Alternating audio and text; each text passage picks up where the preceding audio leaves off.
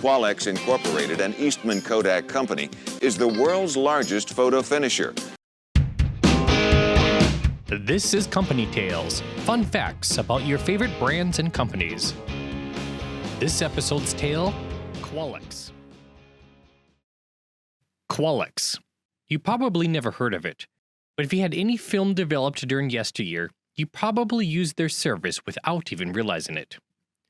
Qualex was a subsidiary of Kodak. Its primary purpose was to develop film and process prints, mostly as an overnight service.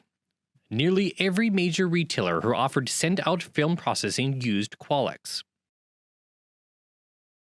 Qualex was founded in 1988 as a joint venture between Fuqua Industries, later called Activa Corporation, but Kodak bought it out entirely in 1994 for $150 million, with an additional $218 million debt assumption.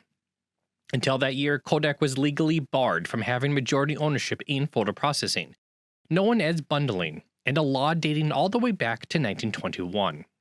At its peak, Qualex operated 53 regional photo processing facilities across the US and Canada, with annual sales exceeding $1 billion. It was down to 22 facilities in 2004 as the shift in digital eroded the film business. Even at that, Qualex still serviced more than 13,000 stores, from local independents to national chains like Target and CVS. The film just had to travel further to be processed, and in some cases became a 2 or 3 day turnaround instead of overnight. 5 years later, in 2009, Qualex shuttered its final 3 facilities.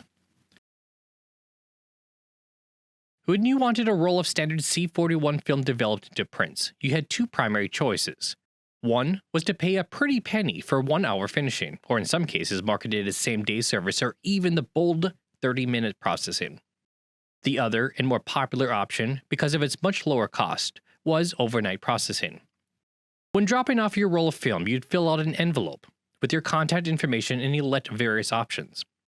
One option was the size of print, which until the 1990s was most commonly 3.5 by 5 inch, and then 4 by 6 inch became prominent, mostly coinciding with the decline of the smaller 110 film's popularity in favor of 35mm, also known as 135 film.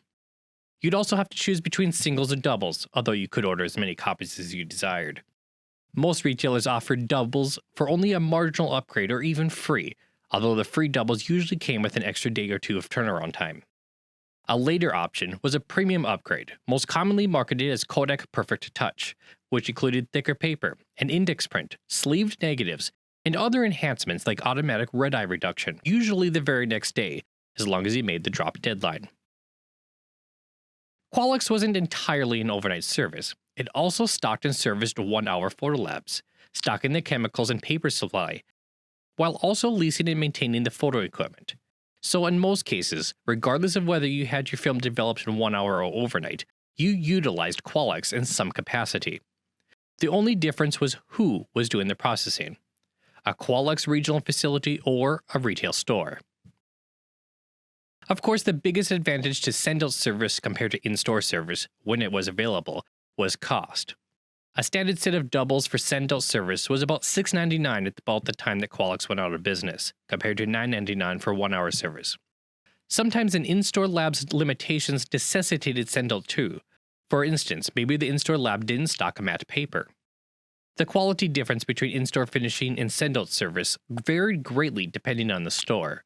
Generally speaking, the on-site labs produced slightly better quality, but that depended on the local lab's staff diligence. Chemicals needed to be tested and replenished regularly, the machines cleaned and maintained.